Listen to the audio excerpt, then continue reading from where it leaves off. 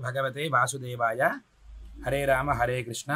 वसुदेवसुतं देवं कंसचानूरमर्दनं देवकी परमानंदं कृष्णं वंदे जगद्गुरुं। ఈ జగతికి మంగళాన్ని చేకూర్చేటువంటి నామం శ్రీకృష్ణ నామం.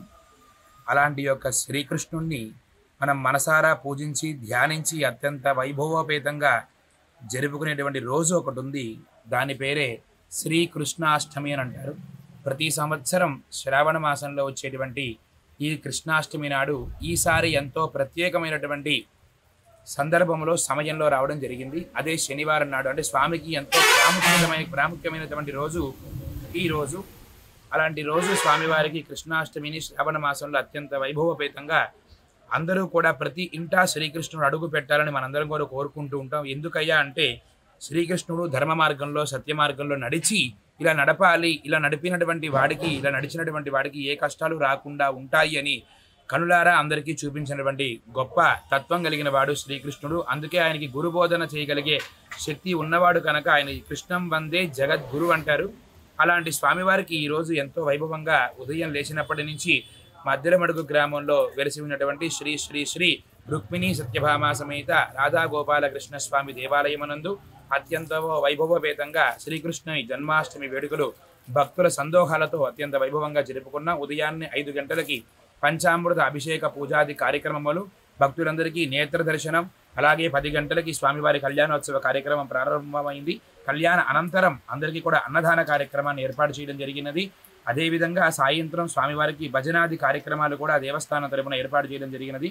శ్రీకృష్ణుణ్ణి తరించడమన్నా, స్మరించడమన్నా, దర్శించడమన్నా పూర్వజన్మ సుకృత ఫలితం ఉంటేనే అది సాధ్యమవుతుంది అనేటువంటిది ప్రతి దేవతలు మనకు చూపించారు. నరో రూపస్య రూపేణ అన్నట్టు ఒక నరుణ్ణి భగవంతుడు ఎంచుకోవడం అనేది ఎంతో భాగ్యం. శ్రీ మహావిష్ణువు శ్రీకృష్ణుడు అంతటి వాణ్ణి ఒక శరీరమూర్తిగా భావించి ఆయనే భగవంతుడు లోకానికి చాటింపగలిగేటువంటి శక్తిమూర్తిగా చూసి శ్రీకృష్ణుని ఎంచుకొని ఆయన అవతారాన్ని ఎత్తి లోకమంతా కూడా ఈయన వల్ల సందేహ యోగ్యంతో నడవాలి అని భగవత్ కార్యాన్ని స్వామివారు తీసుకోవడం జరిగింది.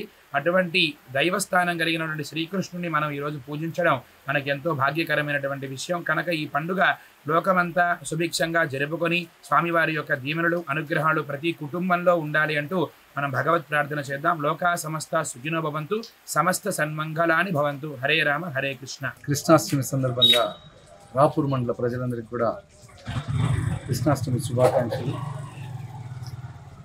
ఈ గుడి స్థాపించి 7 సంవత్సరాలు పూర్తయింది.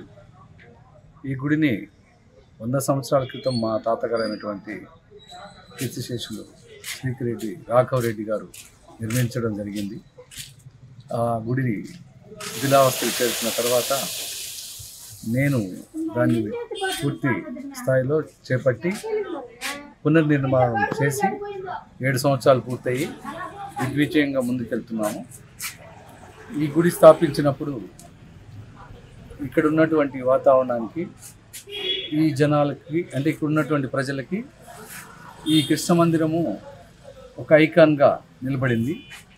ఇప్పుడు ఈరోజు ప్రోగ్రాం జరిగిన తీరును చూస్తే నాకు చాలా ఆశ్చర్యం అనిపించింది. ఈరోజు 1000 మందికి పైగా కూడా ప్రజలు రావడము, స్వామివారి కృపకి నోచుకున్నారు. చాలా ఆనందంగా ఉంది. నాకు ఆ భగవంతుడు ఆయురారోగ్యాలు ఇస్తే రాబోయే రోజుల్లో ఇంకా కూడా మెరుగ్గా చేస్తానని ఆ భగవంతుడిని కోరుకుంటున్నాను.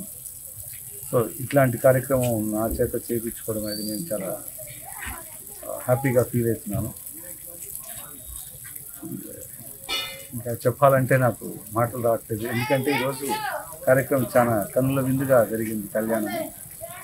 కాబట్టి ఈ అవకాశం ఇచ్చినటువంటి ఈ రాపూర్ మండల ప్రజలకి ప్రత్యేకంగా నమస్కరిస్తున్నాను.